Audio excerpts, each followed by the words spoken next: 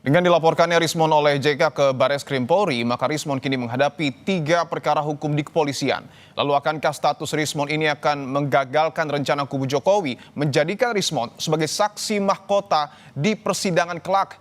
Kita bahas bersama kuasa hukum Roy Suryo CS, Ahmad Kozinudin, dan juga ada Ketua Umum Jokowi Mania Nusantara Bersatu, Bung Andi Azwan. Bung Andi, Bung Kozin, selamat petang semua.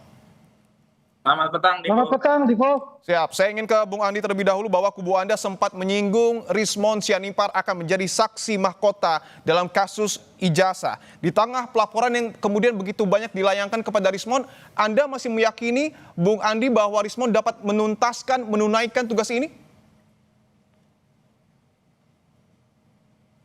Ya, Dipo, saya mendapat informasi dari Bang Jamada Girtang dan Rismon sendiri.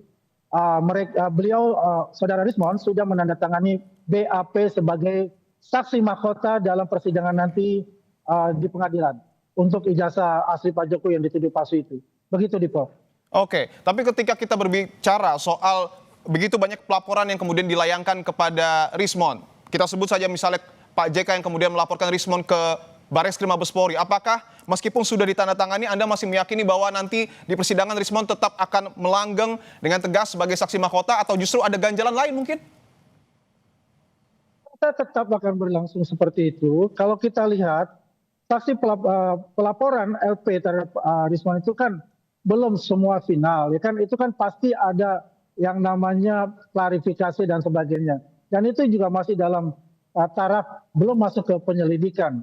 Ya, dan itu akan terus berlangsung, ya, berlanjut dan berproses. Dan saya keyakinan penuh saya tetap dalam sidang nanti ijazah asli Pak Jokowi yang dituduh palsu itu Rismon tetap akan menjadi saksi mahkota.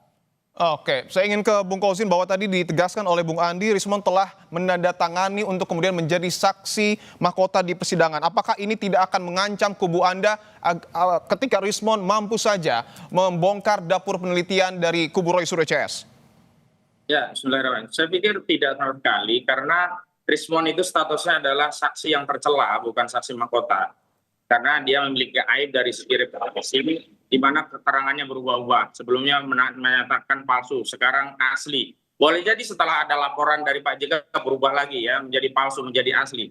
Nah, kualifikasi seorang saksi yang demikian itu tidak memiliki potensi untuk diyakini sebagai bahan untuk melakukan pembuktian. Itu satu hal. Yang kedua, saya pikir setelah ditandatangani kesepakatan, ini adalah bagian dari kerja Romusa yang dilakukan oleh Rismon sebagai syarat untuk mendapatkan SP3, kendati sampai hari ini saudara Rismon Sianipar tidak kunjung dapat SP3. Ini berbeda benar dengan kasus Egy Sujana yang begitu sowan Jokowi pulang langsung ajukan permohonan tanpa ada kesepakatan, tanpa ada syarat, langsung SP3. Jadi saya kira memang Rismon saat ini sedang menghadapi dilema setelah minta ampun kepada Jokowi belum juga akan ada SP3, justru dia mendapatkan tugas-tugas berat sebagai syarat, diantaranya harus tarik buku, kemudian harus tarik yang berkaitan dengan Gibran yang tidak ada kaitannya dengan ijazah palsu, dan termasuk diantaranya hari ini dia harus menghadapi, ya, laporan dari Pak JK.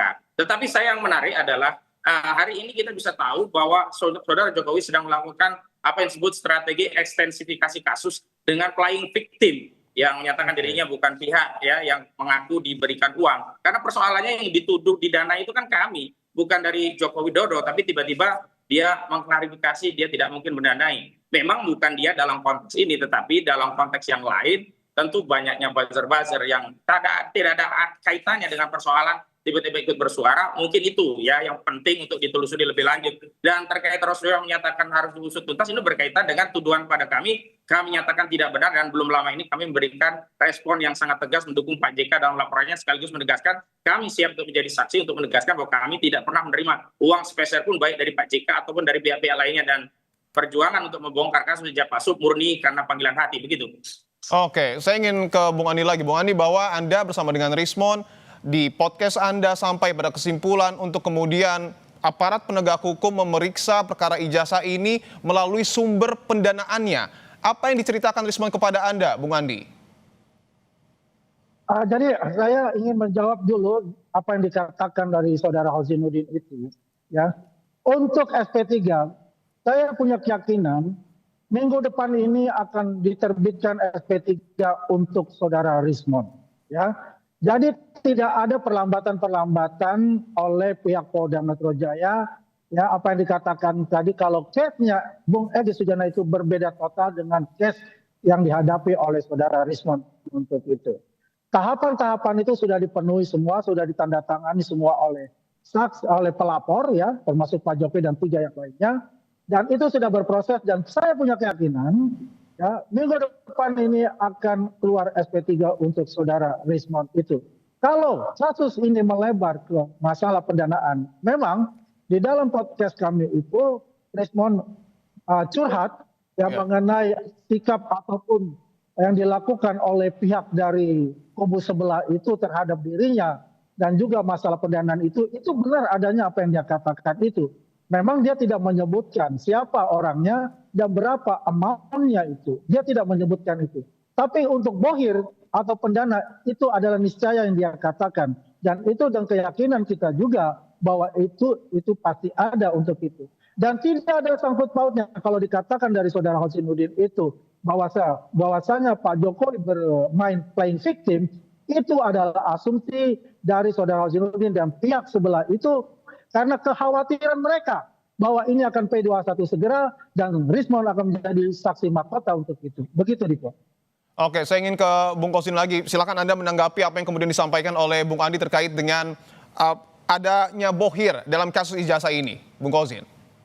Ya itu kan bagian dari upaya kubu Jokowi mengekstensifikasi kasus agar masalah ijazah palsu ini pudar, kabur, dan tidak pokok persoalan yang dipersoalkan oleh publik, tapi bergeser pada soal bohir ada atau tidak, dan tuduhan itu melebar sampai ke Wapres Pak JK. Tapi yang menarik adalah Pak JK sudah menyarankan, beliau meyakini ijazah Joko Widodo asli dan menyarankan untuk menunjukkan ijazah itu kepada publik. Tetapi sayangnya, respon saudara Jokowi menyatakan yang kemudian itu mengutip kembali atau berpetisi apa yang balik dia katakan, siapa yang menuduh dia yang harus membuktikan. Itu artinya seolah-olah Pak Jokowi juga ya ikut menuduh Pak JK menuduh ijazahnya sehingga tidak penting lagi untuk menindaklanjuti saran dari Wapres ke-10 dan ke-12 kita untuk menunjukkan ijazah dengan pertimbangan agar perkara ini cepat selesai. Tapi yang menjadi soal memang kami sendiri meyakini kalau ijazah itu ditunjukkan lebih awal akan semakin mudah publik untuk meyakini sebagaimana kami meyakini ijazah itu bermasalah karena setelah diberi informasi untuk mengakses di gelar perkara khusus tanggal 15 Desember yang lalu ya Roy Suryo dan kawan-kawan bukannya tidak yakin malah tambah yakin. Jadi ketakutan Jokowi sebenarnya menunjukkan ijazahnya itu untuk menghindari dari publik begitu. Baik, saya ingin ke Bung Andi bahwa Pak JK meyakini ijazah Pak Jokowi asli dan meminta secara halus agar Pak Jokowi menunjukkan ijazahnya. Mengapa Pak Jokowi tidak mendengarkan saran Pak JK? Bung Andi. Ya, Bung Dipo, saya rasa tokoh bangsa ini, Pak JK ini, Pak Yusuf Kala ini kurang update untuk itu. Tidak mengikuti permasalahan-permasalahan yang terjadi. Ya, ini repetisi yang selalu dikatakan oleh pihak sebelah untuk itu. Tunjukkan saja, itu tidak semudah seperti itu. Karena ini pun sudah masuk ke ranah hukum. Ya, dari dulu pun kita katakan, kita tunjukkan apa yang dikatakan oleh mereka. Ketika kita akan tunjukkan itu, mereka akan ambil dan mereka akan periksa untuk sendiri. Di mana legal standing untuk mereka mengatakan itu? Ya, itu adalah haknya Pak Jokowi mau tunjukkan ataupun tidak. Ya, tapi yang jelas begini, makin lama makin kesini ya kita melihat apakah ada aktor-aktor itu yang bermain di sana yang kemudian dinarasikan ya oleh pihak sebelah itu bahwasanya ini bola panas kemudian dilempar ke Pak JK ya. Ini permainan-permainan yang tidak baik ini tidak seperti itu yang harus dilakukan mereka. Oke. Dalam hal ini adalah Pak JK ya, ini adalah merasa dirinya ini dicemari dengan pemberitaan selama ini yang dikait-kaitkan dengan beliau. Tidak ada hubungannya dengan yang berperkara ini dengan Pak Jokowi ya. Dan saya rasa Pak Yusuf Kala tidak mendapatkan informasi yang utuh bahwasanya ini sudah masuk karena pengadilan. Begitu. Oke, saya ingin masih ke Bung Andi bahwa tadi Anda meyakini SP3 akan keluar minggu depan untuk Rismon Sianipar. Tapi kalau kita ingat ada dua pihak sebelumnya, Damai Harilubis kemudian juga ada Egy Sujana yang diberikan lebih cepat. Sementara Rismon ini sudah mungkin dapat dikatakan sebulan. Apa yang menghambat Pak Jokowi untuk memberikan restoratif justice ini kepada Rismon Sianipar? Ya, kalau kita lihat makanya saya bilang case ini agak berbeda. Kalau kita bicara dengan Bung Egy Sujana, itu adalah alasan kemanusiaan dan ingin beliau ini berobat ya dengan penyakitnya yang dibilang kanker stadium 4 itu ke Rumah Sakit Penang di Malaysia, dan dia membutuhkan pencekalannya ini ya dibuka sehingga dia bisa segera untuk berobat. Makanya case-nya berbeda. Ya, ini ada case kemanusiaan yang didahulukan, dikedepankan. Tapi kalau case-nya Rismond ini ada perlu juga, kalau kita katakan kita belajar dari case yang pertama, perlu kehati-hatian, perlu komitmen. Apakah benar Rismond ini ada dari lubuk hati yang paling dalam untuk meminta RJ ini ya dengan berdasarkan dari penelitian dia yang salah untuk itu ya. Makanya semuanya itu pun satu persatu diteliti dengan baik dengan seksama dan sampai kesimpulan bahwa RJ-nya diterima oleh Pak Jokowi dan juga oleh pelapor yang lainnya dan sekarang diproses untuk itu. Baik. Dan saya yakin ya mungkinan minggu depan itu akan keluar SP3-nya. Oke, saya ingin ke Bung Kosin bahwa Bung Andi meyakini SP3 untuk Rismond akan keluar minggu depan, artinya potensi Rismond untuk menjadi saksi mahkota terbuka lebar jika betul terjadi. Saya ingin minta tanggapan Anda, apa strategi dari kubu Roy Suryo untuk kemudian menghadapi persidangan jika Rismond menjadi saksi mahkota? Yang pertama kami tegaskan bahwa SP3 yang diterima oleh Egy Sujana dan DHL termasuk yang konon akan diterima oleh Rismond Sianipar itu tidak bisa merestorasi apapun. Ya, jadi bukan karena ada restorasi justice terhadap 3 orang ini kemudian bisa merestorasi kedudukan ijazah yang bermasalah menjadi asli.